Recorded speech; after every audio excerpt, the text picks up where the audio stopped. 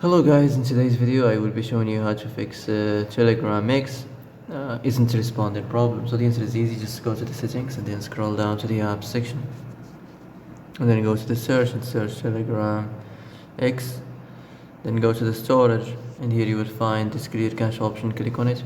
Now you can go check it if it works, and if it didn't you can try to restart your phone or turn the Wi-Fi off and on, or the Bluetooth or the airplane mode. Also you can try to clear data, but be careful. If you clear data, all this application's data will be deleted. This includes all files, the settings, the accounts, the databases, etc. So be careful if you want to clear your data.